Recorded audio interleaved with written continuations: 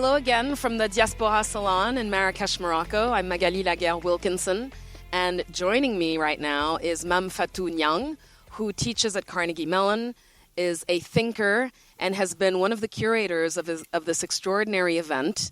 And we're just going to have a little chat. This is one of the busiest women. She does not stop, and I'm so lucky that she was able to give me about 10 minutes of her time just to tell me simply, Ma'am, how do you do it? Go on. Well, thank you, Magalie. You're too nice. Well, we just do it. I'm also surrounded by extraordinary people. This is absolutely teamwork.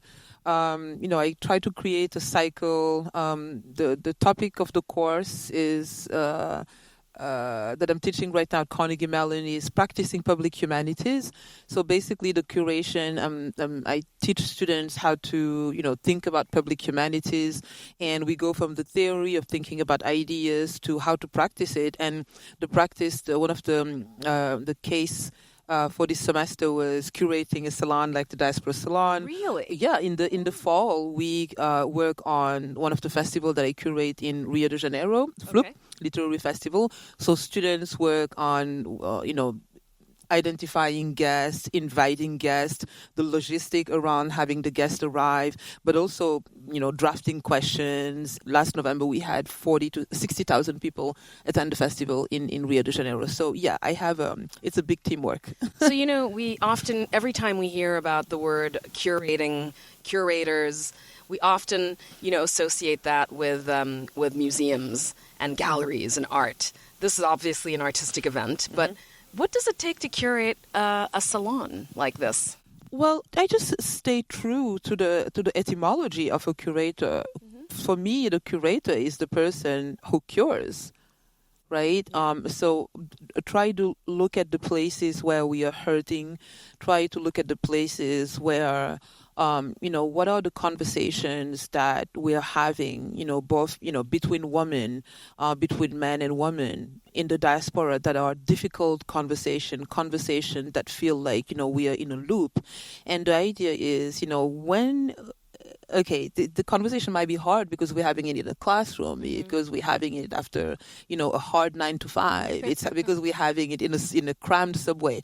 What happened if we're in Marrakesh and we are in a nice place like this that really, brings you to kind of relax, right? Sure. Can we trick ourselves to be in a nice space, and can this space really that allows us, the light is absolutely incredible. Yeah. I mean, the light of Marrakesh is incredible. So is there something about this space and also the expansiveness, beauty, generosity of our hostess Marianne that allows our guards to come down? Because I think the guards sometimes, we have to be vigilant. We have to be woke. We had to stay woke. There's that word. There's the word again. Yeah, we had to stay. No, really. I mean, when Ledbetter said, stay woke, and to be alive, we had to stay woke. So can we bring the guard down, trust each other, and then how do we cure our ills? How do we talk about difficult conversation in the diaspora? How do we talk about, we often talk about the diaspora wars. And we've seen it in the past 2 days. We've had moments that were, and I mean, when I'm thinking that, oh my God, this in the line 6 in New York would have been like a fight. I know, on the subway, right? And that's what I was going to ask you. A couple of days into this, is this what you thought it would be? Are you hearing things that are, surprising to you? Are you hearing things that are making you think? I mean, you're a thinker. This is what you do. This is what you get paid for. What's surprising to you or not? Absolutely. I mean, I think we might be curating anything in a true diasporic sense of the word, which means that we're not coming from a school of thought, right? And I love that you thought about the word thinker, because we often think of there's an ism that makes it that you have to treat the problem like this. You put the hypothesis like this and the process is like that. And in the diaspora, because we're dealing with people from all walk of life, literally, curation takes a problem. We have a process, we build a plan, but there's also a plasticity, a circularity. It's also like I feel like this is like a piece of clay. Absolutely, right, absolutely. It forming. has Like, to. It has to. We have to allow this plasticity, and we see it. I mean, I know that the producer sometimes. I think at this point, her watch must have exploded for how much we're running, over or running back on time and or running late, right? But this is also what the plasticity is. How do we do? What do we do with time? I mean, time in itself is a constraint. Sure. Time in itself is a construct. When you time a panel for 40 minutes and then something magic happen at the 39th minute, do you just shut it down because we say it right? We have to, right? This is the beauty and the plasticity. Yeah. So, you control, you create plans, you create a schedule, but you also have to allow from the beauty and many times the beautiful surprises in places that you didn't expect them. The walk from a panel to breakfast, and surprise encounter in the hallway on the way to breakfast, and it's in those little moments that I think the magic of a gathering like this resides. What I find really beautiful, in addition to the setting itself, is really how intergenerational this is. Obviously everybody comes with a different experience, but also we're all at different stages of our lives. And was that deliberate as well when you were curating something like this? Absolutely. Because I think when we talk about the plasticity, I also think of another image that is recurrent both in my line of thinking and also in my work as a weaving an artist who use weaving. I practice weaving. It's the kaleidoscope, mosaic. We get caught into processes, ways of thinking, habits, right, with the people that we surround ourselves. And it's always great to kind of, how you say, frotter, rub together.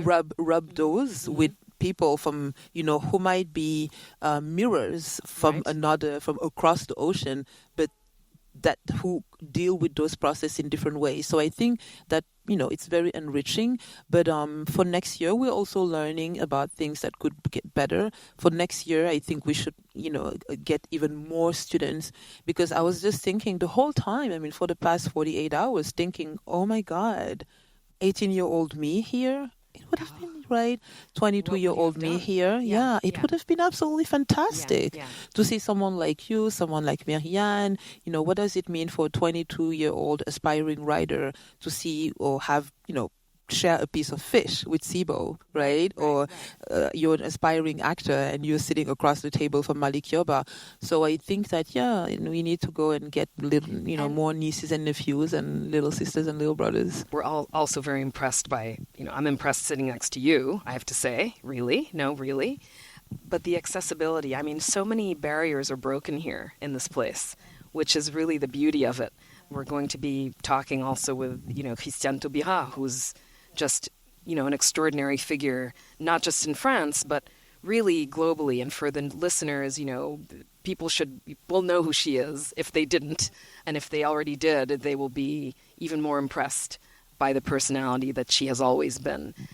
You wrote a beautiful letter to her a couple of days ago, and I know it's going to be published, but just to give the symbolism of somebody like that here in a place like this. Can you sum up what she means to you and what the letter meant? So really quickly about what you said, and in Wolof we say that sañ bi munul xeeñ lu nekkul ci butel bi.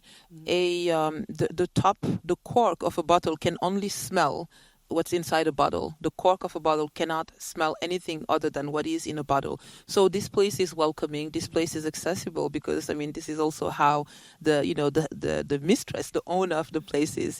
I think it's something that mirrors Marianne's personality. And also when you curate, you tend to choose, right? You look into your networks of friends, and it's true that we try to attract people that we know that will not just, give them their talk and then stay in their room. Because like I say, for us it is essential that we live in community. We live together. We eat together. Breakfast, lunch. We spend 18 hours per day together? Yes, 18 hours, right? Like this question of accessibility is important. I could not see myself inviting someone that I know will just give their talk and then leave. It's not what we want. And then for Taubira, she means so much for generations of Afro-Europeans who saw the courage. She never backed down. For me, the most famous image of her, the most famous image is when she refused to let the president create a de facto second citizenship for French people who were born of parents who were immigrant. And she resigned from the government and exited. Head held high. Yeah, exited the Minister of Justice, which is on Place Vendôme. This is one of the most beautiful. And she was on her bike. She left on her bike, head high. I looked at her and I say, this is how I want. I want to be in places on my own term, exist in places on my term, and exit on my own term. She left on a bike, head high, and hasta la vista. Well, and she uses the term invincible, so we're going there. So that's yet another example of it. Also, we have to take care of her because, sometimes we have to also, be wary of those, strength and invincible, and understand that in the middle of all of that is a human. And I think it's very important that we tell her that we love her now, and that she can take her rest now. We are here. We're here. To, we're taking over. Yeah, we're continuing. We're continuing. There you go. We're continuing the work. Well, Mame-Fatou, thank you so much. Merci beaucoup, Magalie. Merci. C'était vraiment un plaisir. Yeah, thank you. And again, this is Mame-Fatou Niang that we've been chatting with at the Diaspora Salon here in Marrakesh, beautiful Marrakesh, Morocco. More to come. Thanks.